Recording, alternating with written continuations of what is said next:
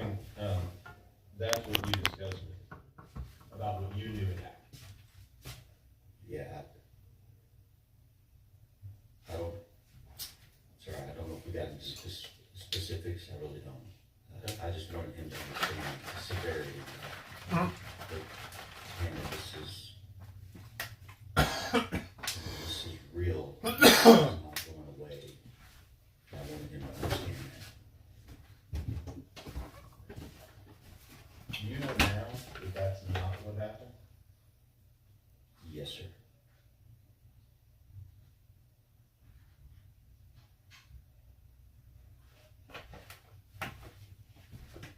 You know now that it's something dramatically different. Yes, I haven't watched the case.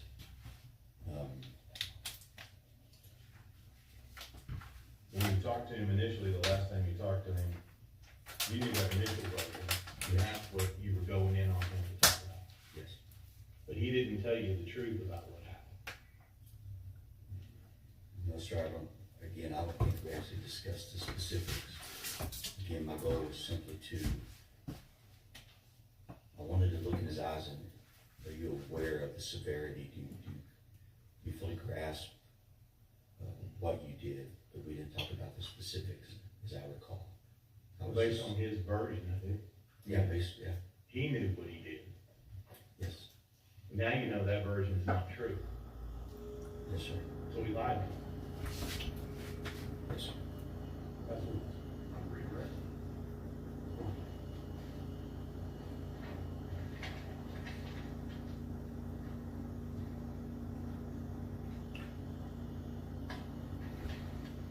Oh man, forgot to press something, didn't I? No, at that time, you knew that Tanner had caused the murder, Oh, Yes. so your conversation was based on that, correct? Yes. And saying you did or did not discuss it? I don't think we discussed details. My goal was just, Tanner, do you understand the severity? Do you get what happened, and that this is going to be life-changing, and you can't undo that? And so I think that was our conversation. And that stemmed from the notion that that's a horrible Yes. and Yes. murder. That he was aware. I knew. Again, I don't think the specifics was the goal. It was just making him just aware that this was going to be life-altering. There wasn't consequences for not. Will you still counsel him? Yes. Will you still pray for them? Yes. Will you still help them get the Bible? Yes. Yes. That's what. Mr. State, No further on. may this witness be finally excused? Yes, sir, thank you. Thank you. Let me stretch my legs, okay? See you about 10:30.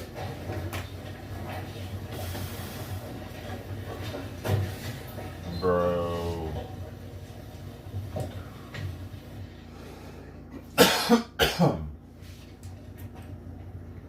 Well, Terry, with defense witnesses like that, Yeah, right.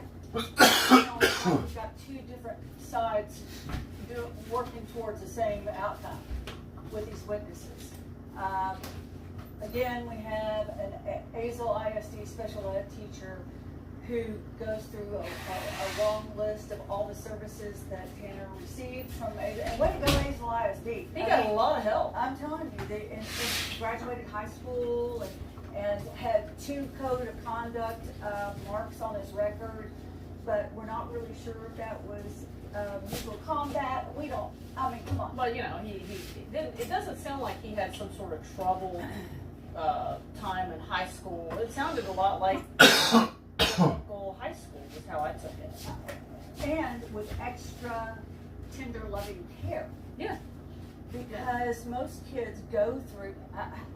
I mean, I watched my brother fight over a girl, you know, in high school. Think boys fight, girls fight, fights happen in school. Big deal. Right. Big deal. But I think that what I am hearing is, again, it's just another nail hammering, and this is a defense witness, because he was given all the services, and he was graduated from high school, and he had a pretty unremarkable high school career. And then we have a pastor who's come in, and he had to be subpoenaed. Oh, yeah. To He come. definitely wasn't like, I'm gonna just show up He and. didn't volunteer. He didn't say, hey, can I come in and testify? And, you know, he talks. Nobody does that though, do they?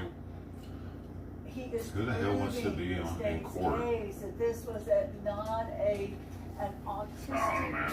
person who had This intellectual news disabilities agency- to the point where he's not culpable for his actions. Right. He was able to try out for a drum team, Is unfortunately called the Stomp Team, and I was in that courtroom. And I heard the stomps. I know you and I both commented when he said the stomp team, I'm like, oh dear. God. The jury, if I felt that way, I guarantee you the jury felt that way. So, what do you and he mean, had lady? tried and If you, and what, he you are the jury now? drum If I stomp felt team that way, I guarantee you the jury had did. a panic attack. I mean, I don't know. When his stick broke when he was playing the drums. Okay, that Okay. happens. Have you had a panic attack sometimes when you're like, oh my gosh, I'm on the air and everything's going. Well, when I first People moved from have- newspapers to TV, I feel like I had a lot of panic attacks. Exactly. Yeah. Exactly. Texas And is I'm- all I'm- about I'm the death not- penalty, it seems. I'm not They are discounting that didn't happen. It's to the point though, does it rise to the the most level? death penalty Of for every mitigation. state, I think. Exactly. And I didn't hear one word of mitigation. And then They like to kill Pastor people in described Texas. going there and meeting with him. And of course, the pastor's memory seemed really clear on a lot of things, but what he discussed with Tanner about the specific crime, Whoops. memory got real vague, real Yes. fast. Yes, I don't really remember what he told me. I don't really remember what we talked That's about. because he but knows I Tanner just lied know to I him. went in there and told He him doesn't want to make Tanner look any worse than he already looks. Well, Mr. Pastor, what did he tell you about this? Did he lie to you? He doesn't believe in the death penalty. I guess he lied to me. Yeah. He's a pastor. But what did he? I was left with a lot of questions. Yeah, and you know, the prosecutor also said, when did you go talk to him? Well, the pastor couldn't remember. And When that's he went- conceivable, because you know. But my thought was, I would love to know when in the chronology. Is it right after?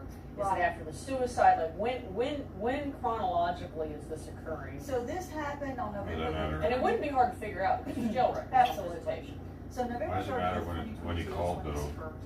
And on May 16th, 2023 is when there was the attempted suicide in his jail cell. And he had left these. Well, fucking four people that watch these letters cases are crazy. And one of Actually, which were they think right, way too and much one about it. allegedly Holy was to the- shit. To the clergy. Did This you is hear like the that? average That's right. person One that of them watches was these that- I think cases right what- here.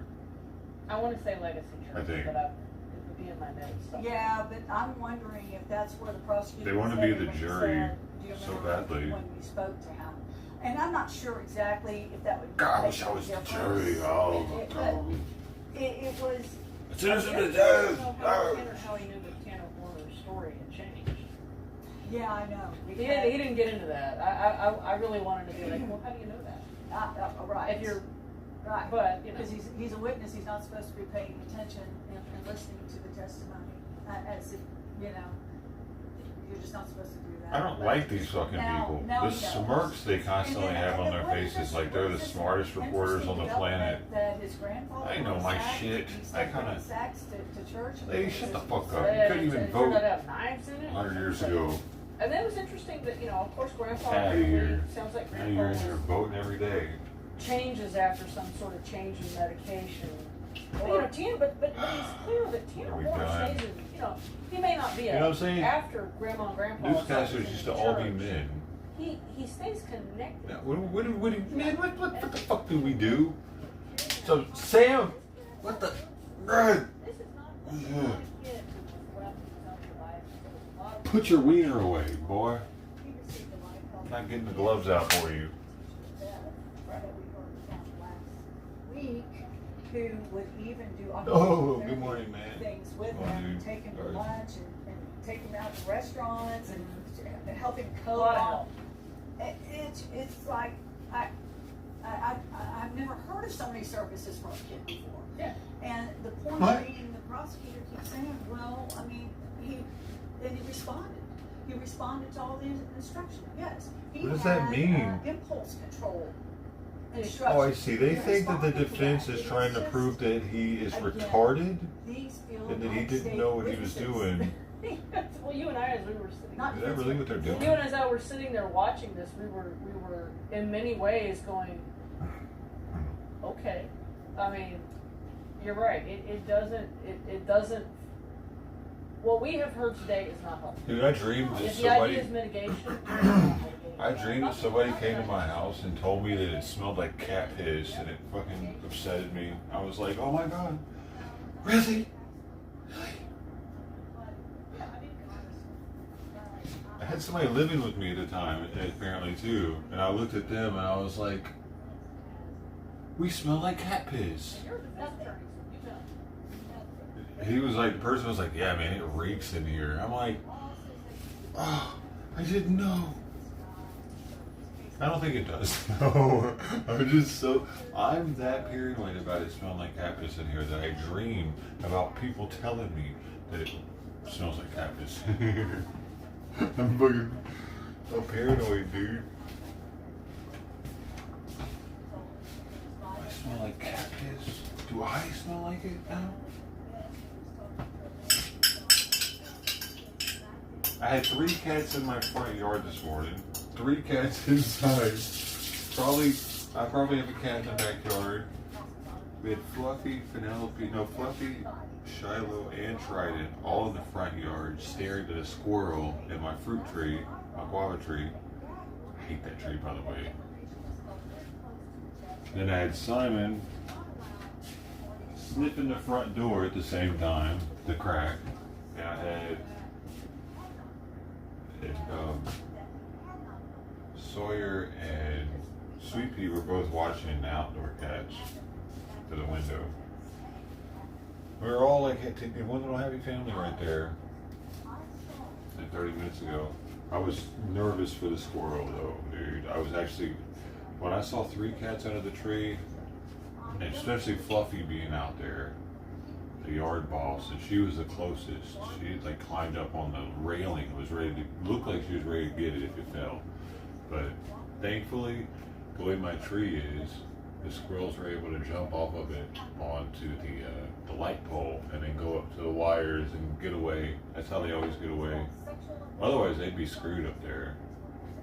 I mean, they had to stay up there until the cats went away. They couldn't do that. I need to cut that tree too, dude, because it's producing way too many freaking guavas, and they're too high. You can't even pick them there. It's ridiculous. It's a war zone. Guava season, you gotta watch out when you're walking underneath that tree. But if I cut it, the squirrels won't have an escape route. And they like the tree because they eat the fruits. Before they get ripe, they like them when they're green.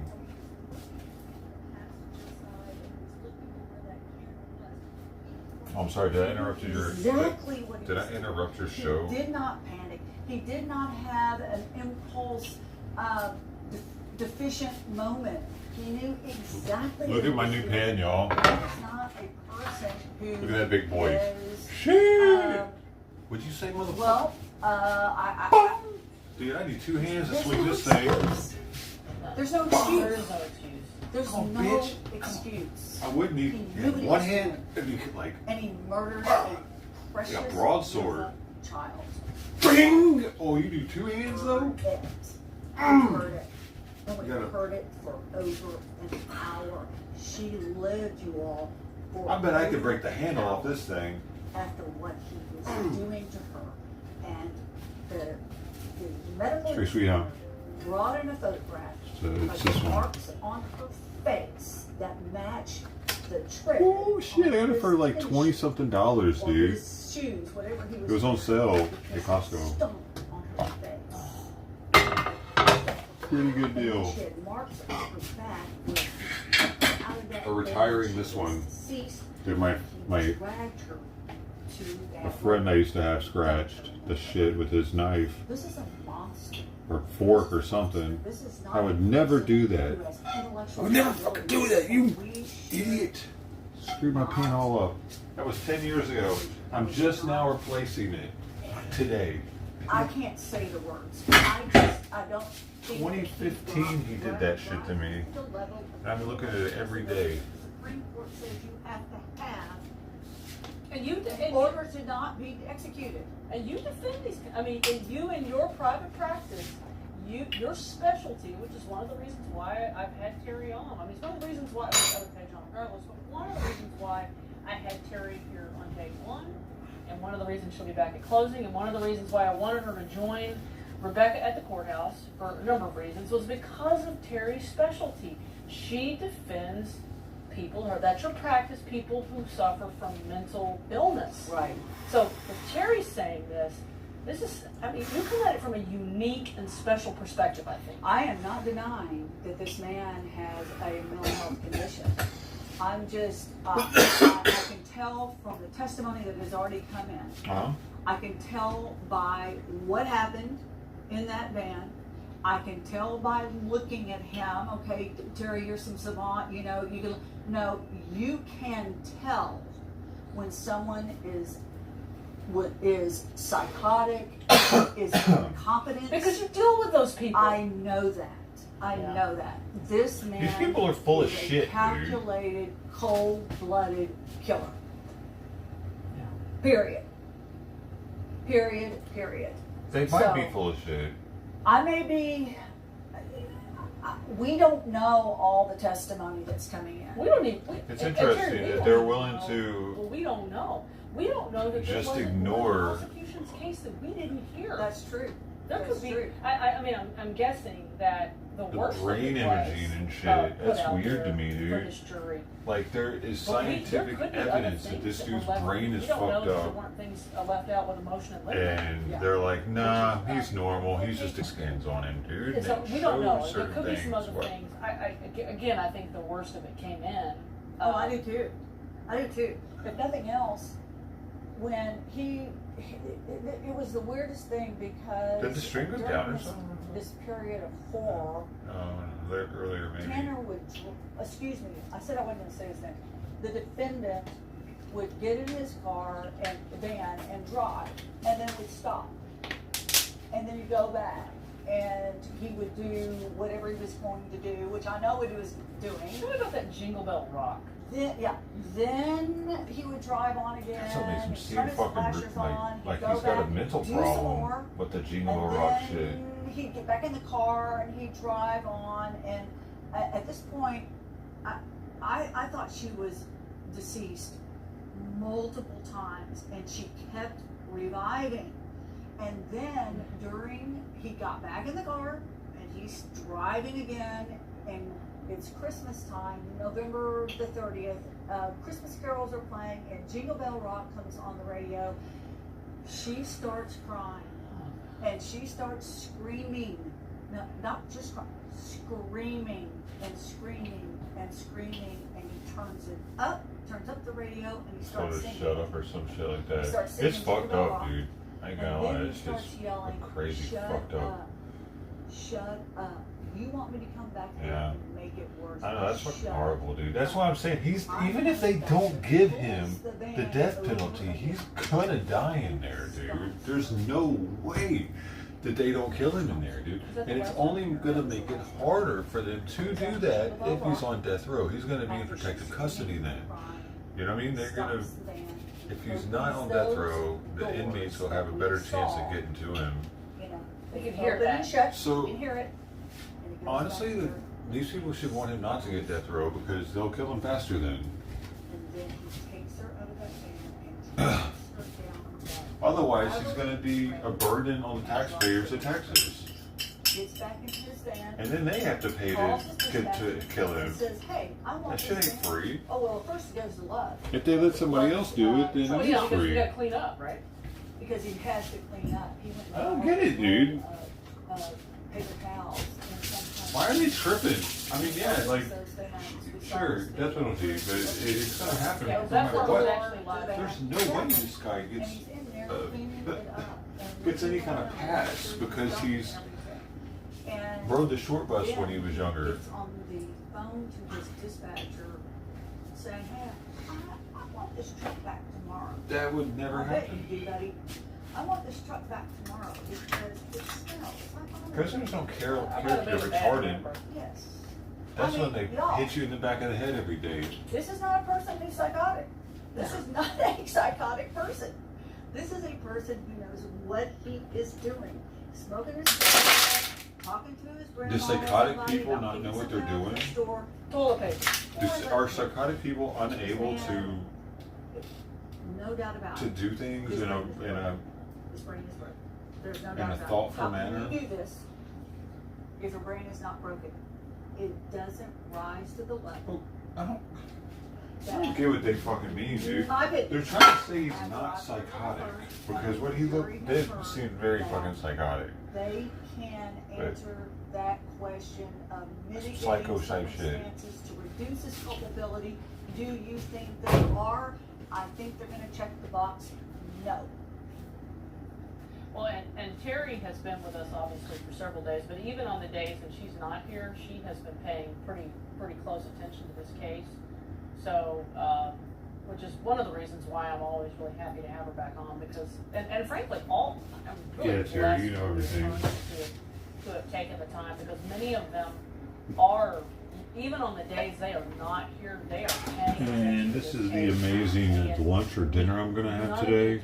attorneys Don't be too jealous, they alright? all You just don't be this. too jealous I really about think my it's public service. It is a my public success. Service, it really is. Okay? People, and you're Look doing at a that. public Oh, look at service, that. and here Look, he is it- comes, by the way. It's There that he is. ahi You're tuna providing a public wasabi service to pokey, people, baby. Not only in the city of Dallas, not Woo! only in Dallas County, but the entire country and internationally. You're providing a service. And I don't want you to be too jealous, though. I thank you for asking me to be part of it. I really, there's not. I mean, for crying out loud. Look at that, look at that right there, look at that. Ooh. I can't unimagine. That's that beat right there. Every single day, or Oh 10, yeah. 15 feet away from this man who Oh yeah. Just squeeze it. did that to their child, their 7-year-old child. Bad boy. You know, I would be interested in knowing the witness, the rebuttal witness that the state is going to call. In other words, the very last witness that jury hears It's from. low. I don't know if they would recall her to the stand, but if they did, I wouldn't be surprised. Dude, those are There's expensive that. now. There's Jacob. 3 of those Hey, is look, like yeah. $26. During the Three playing of of the those audio, are did you go look at the bailiffs and their? It's a little over a pound, but I looked at everybody, and you know the bailiffs are grizzled law enforcement. They were certainly not showing emotion. They were. dude, I they actually were drank still as stone. more than a half of a bottle of sake last night. It's all the way down to We all knew here. it was bad, but it's way worse. So we thought, okay, so we can see the Bruh. people standing up, which means the jury is coming in. Zeke, when that audio comes out, we I get went from whiskey our to lights sake, off. too, We do not want so. people listening to things, so it's, yeah, and Bonsai people- my ass too, somebody a little said in too the much, comments they I didn't need all the think. details of the video. I get it, guys, but I think that it's important to understand, what happened. That this is- 100%. I mean, it's hard, but that's one of the reasons why it wasn't live streamed. When the judge didn't allow it, and why we didn't live stream it, because it's hard to even hear the details, and to even know that there is a human being that's capable of this sort of thing. Okay, we're now seeing them sit down. I'm guessing there's somebody up on the stand. Again, it's a civilian witness apparently. Zeke, we have sound yet?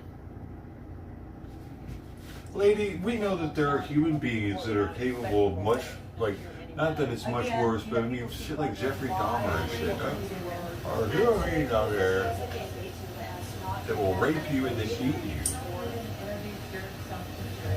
So we know that these people exist. It's not like he's the first one, though.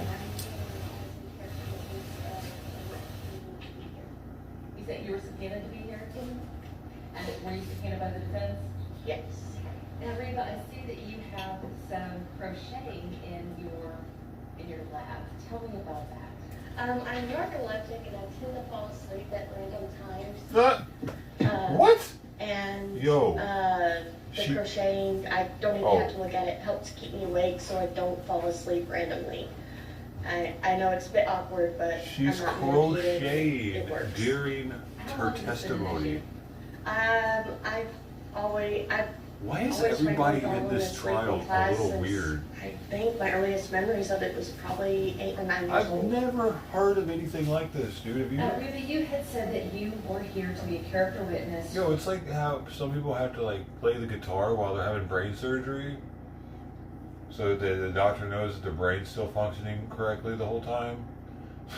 She's got to crochet while she's giving a testimony to stay awake because she has narcolepsy. Oh, what bottle? Oh, the sake. Yeah, Costco had it. Or Tanner Warner. And how do you know Tanner? We were best friends when we were in 5th grade and dated briefly in There high you school. go. There you go, right there, dude. I knew it because the newscasters tried to say this dude didn't have any fucking friends, right? Well, there you go. I said myself, I was like, nah, dude. Even if you're picked on all the time, you still got at least one friend. Like, no one has 0 fucking friends, dude. Like, unless they're full retard, maybe then. And even then, they got a friend that's like also full retard, probably. But like, it's super rare for a kid to have actually 0 friends. I knew he had friends, dude. And again, briefly when we got older. You 'Cause said that would have been you when he was in met those him classes. School. What grade were you in when you first met him? 5th grade. Right? Did y'all hang out a lot? On the playground, yeah. How often would you hang out? Almost daily. You know, playing So what are games they like trying to kickball do or, with you know, her? Zone or Trying something to- like that. Did y'all do anything else together? What other types of games did you play? Because Like- this is the defense, and they're trying to convince people that he was either so retarded that he doesn't know what he's doing, or that he is a human being that just veered far off course or some shit, and his life deserves to be saved because he isn't a born monster. He just changed into one over time because of his environment and physiology and whatever. What is it? Is it that? I think it's that, dude. The newscasters say that they're trying to make him out to be retarded. So he didn't know what he's doing. Back I don't think that's then, it, though. Harry Potter was really big. We would sometimes pretend to play something in Harry Potter, and that would be They're trying one to of the bad humanize guys or him something for like it, that. I think. What was Tanner like at that age? He was energetic, talkative. You know, it was always fun to be around. Reba, did you and Tanner ever attend church together? Yes. What grade were you in when y'all began attending church together? 10th grade. How often would y'all attend church? At least once a week, but sometimes twice a week. Did you and Tanner enjoy going to church? Yes, I enjoyed spending time with him and his family. He would often, during the services in the chapel where they would have the sermons, would have to wake me up because I would fall asleep. So it wasn't just you and Tanner that attended, you attended with his family as well? Mhm. When you say you attended with his family, who are you referring to? His grandmother, his grandfather, and his little brother. You said that you had originally met Tanner when y'all were in the 5th grade. Did you stay friends with him throughout high school? Yes, Did y'all attend high school together? yes. Well, what was Tanner like in high school? About the same. I mean, he was insecure about being in choir because his voice was changing. Were there any other things that he was insecure about? That one was the main one. He wanted to focus more on playing instruments and things like that. Try to have a music career when he grew up. When y'all were in high school, were you still hanging out together the same amount of time that you did when you were in elementary school? A little bit more. We had more freedom to be like going out to the mall and things like that. And what kinds of things would y'all do in addition to going to the mall? Sometimes we went out to eat with his grandparents, and you know, it was really mainly going out to eat or at the mall or hanging out at his house. Well, you said that you and Tanner had briefly dated while you were in high school. Yes. Tell me about that. He was always really sweet, real gentlemanly. Did you have sex? Again, this was a long time ago. Bro. Did he but lose his virginity in I no enjoyed way? spending time with At him high school? back then. Well, how'd y'all make that jump from childhood friends to high To school this girl? dating? He admitted to me that he had a crush on me, and I'm like, why hadn't you asked me out? Because I'm the type that, you know, the other person needs to make the first move. I don't really Bro, catch did it. this girl have sex with Catch homie? the hint. Oh god, that's creepy What was kind he of. like as a boyfriend? Sure. He was sweet and endearing back then. God dang. He was very supportive and seemed real protective back then of me when things were bad. Oh my god, that's not gonna. When things were bad? Yes. Oh. Were things often bad for you? On occasion, yes. I had issues at home sometimes, and the kids at school liked to tease and make fun of me behind my back. And whenever he was around, it didn't seem to happen as much. As a boyfriend, did Tanner treat you well? Yes. Was he ever physically violent to you? No. Ever raise his voice Oh, to he you? was a sweet boy. Did he ever pressure you into doing something that you didn't want to do? No. Oh, how did you break up? I pulled a really dumb move on my part and wanted to date somebody else instead. What a dumb And move. so Hold I broke up. up with Tanner to date another person. What do you mean, lady? How do you take Do you that? know what you're Not saying? too well. Why do you say that? He was upset, and he had every right to be upset. What? Lady. He made a dumb chased move. me and the other guy on after school across the streets. Well, did you think that he might hurt you? I mean, hurt himself because of the breakup? No, I didn't think about that. I mean, I was more afraid of the emotions rather than the actions. With the, after the breakup, did you still see Tanner? After the breakup, he did come to my house one time to ask, for clarification. To stalk me. And he walked about 20 miles to my house. And Oh I my was more God. concerned about Yup. safety than the fact that he showed up. That's stalker-like When behavior, you say buddy. safety, whose safety? Walked 20 His safety, miles. because that was walking from Lake Worth all the way to Lahana, Bruh. which is between Azle and Springtown. Outlaw What Reform kind of Ministries reason? type behavior. 199, and it's pretty busy. So when you say that you were afraid for his safety, was it just his safety while walking? His safety while walking. Well, after the breakup, How did old he was he seem to there? be depressed?